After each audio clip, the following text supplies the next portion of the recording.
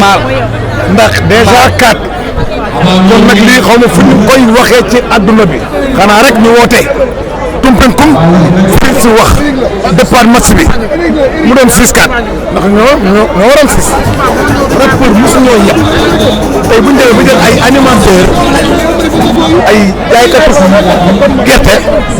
ay karatéka di leen dugal suñu terrain bàyyi fi mbalax maa ni c'est pas normal édition bi mën nañ ko changer léegi tuddee ko rapport contre animateur parce que mbalax maa ngi fii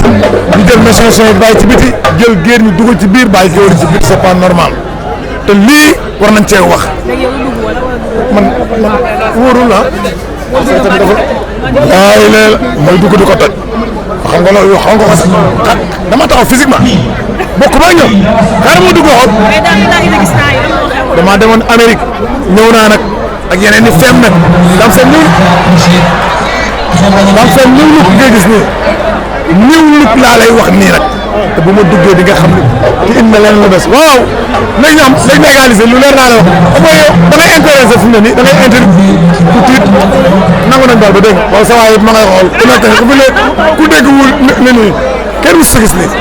mais kontaan naa. waaw kontaan bu baax ci initiative bi bëgg gagner rappeurs yi nag trop. non dañ koy dindi incha allah buñ duggee dindi leen incha allah. waaw ñu ngi waajal grand théâtre incha allah donc ñu ci invité sénégalais yëpp di leen wax ne événement Sénégal la événement Pama Dieng la